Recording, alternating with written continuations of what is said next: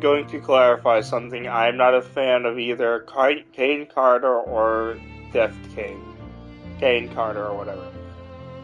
I have seen both videos, and what people don't seem to realize is that pretty much anyone can play the role of a victim.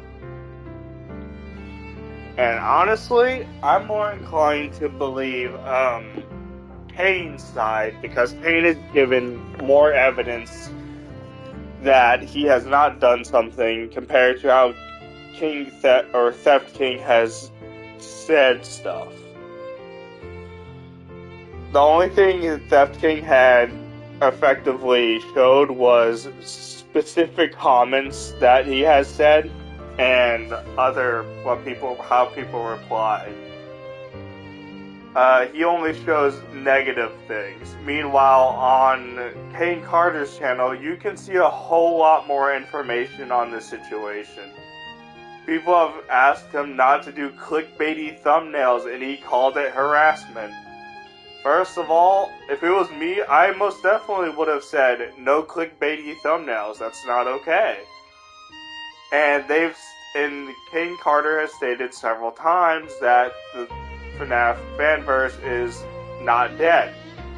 Yet, Theft King had effectively used a clickbaity title and thumbnail that said they were. And even Kane Carter said that he was not objective against the contents of the video. It was just the thumbnail and title. And I completely understand where Kane Carter is coming from, because one, to have a clickbait title is just very disrespectful to some people. They're going into this thinking that the FNAF fanverse is dead, worried sick about the people there, and like, they get this random information which is gonna piss a lot of people off. A lot of people. Because they're more worried about the fandom than he is. It seems like, because he's clickbaiting something. He's using clickbait titles and clickbait thumbnails. And then he says he's being harassed by people who say don't use clickbait thumbnails or clickbait titles. That's simply what they're saying. And never once has he and I've been in his comments before, by the way. He has said Theft King had said he had been harassed by everyone on Kane Carter's side, but I've never once seen a comment saying that that was harassing him. And the second Theft King says something, his freaking comment section blindly believes him and doesn't go into the other channel to see what's going on really. And that's why I think a bunch of kids are in his thing, because one, every adult is smart enough to know that you can't just take one side. You gotta listen to both. And his entire fandom, Theft King's fandom, is listening to him blindly.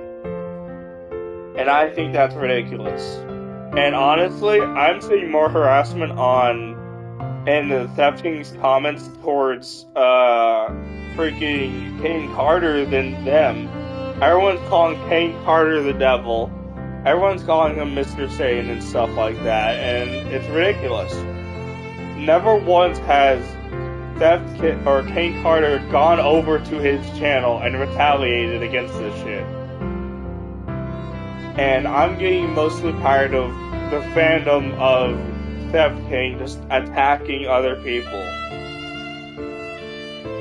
It's getting out of hand, and I think they should stop. Because if they don't, there's going to be a massive outbreak. And honestly, he's a hypocrite. Theft King is a hypocrite. He literally tried to instigate stuff. Like, if someone rickrolls you for the first time, that's okay. But if you say you don't like him, they do it again, then that's a problem. And according to Kane Carter, Theft King has done it several times to other people. So I don't see how that's a big issue, considering the fact that Theft King has done it to 4 people, and this was literally Kane Carter's first time doing this. He didn't expect much of a reaction. He didn't. And people are saying this is like a sign of like to harass freaking Theft King. It's not. Rickroll is just a joke. It's not supposed to be harassment. It's supposed to be funny. And like I understand if like they do it once and you say that you don't like it and they do it again, then it's pretty much that's harassment because you said you don't like it and it annoys you, and they're doing it to like annoy you. Like unless they do it like a freaking week later because they've forgotten and like stuff like that. But you can't hold someone on to like saying that's sign that you're telling your people to harass Theft King over a joke. It's not okay to just attack someone purely based off information that you've heard from one person. And trust me, I know where that's gotten me in some bad places before. You can't just listen to someone blindly. That's one thing you should never do, is listen to someone blindly. Especially if they're a YouTuber. Like, listen to me. You can't even listen to me blindly because I have a hot-headed temper, and half the time I'm exaggerating. But this is the one time where I'm not exaggerating out of anger. I've seen Kane Carter's one of his latest actual response videos, and I've seen the evidence. I know for a fact Theft King is manipulating his fan base. He's doing that several times over, and he's getting ridiculous. I saw one thumbnail that said Theft King from something to man-child. I don't remember what the entire thing said. And honestly, I think man-child is an understatement. It's literally an understatement. He's basically what everyone keeps calling Kane Carter, which was the devil. He's manipulating and weaponizing his own fandom. And it's ridiculous. He should not has not done anything himself against the harassment that has been harassing other people. Like, he has not gone to his fans and said, stop harassing Theft King. As far as I remember. And also, just so you know, freaking Kane Carter has shown DM messages. Meanwhile, Theft King has shown pretty much nothing from what I can see in his one video. So, and when I saw someone comment that he had been rickrolled, I assumed this wasn't his first time being rickrolled. So, I genuinely don't understand how people can look at Theft King and say he's innocent. He's weaponized his comment section, he's effectively made clickbait thumbnails, he's done many things to the fandom, and it's getting he's in over his head pretty much. And Theft King has grown so desperate just to weaponize his fandom. He's literally grown that desperate to the point where he's weaponizing his own fans against Kane Carter. Oh, and by the way, did you know he got so many people to hate on Kane Carter in his live stream and then he privated it? Wow, what a shock. I wonder why. Like, when you private something, you know something's up.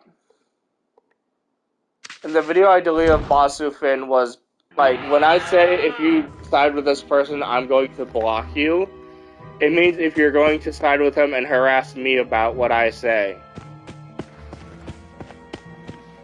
In other words, you call me a Karen or you call me an insult or something, I'm going to block you. That's pretty much how it works. You do not go around someone and call someone, yeah, sure, Karen, or other stuff like that. And yes, I do admit I can be a Karen at times. But when I'm in a mood, that's where I generally become uncontrollable. I don't control myself when I'm mad. That's where I lose self-control.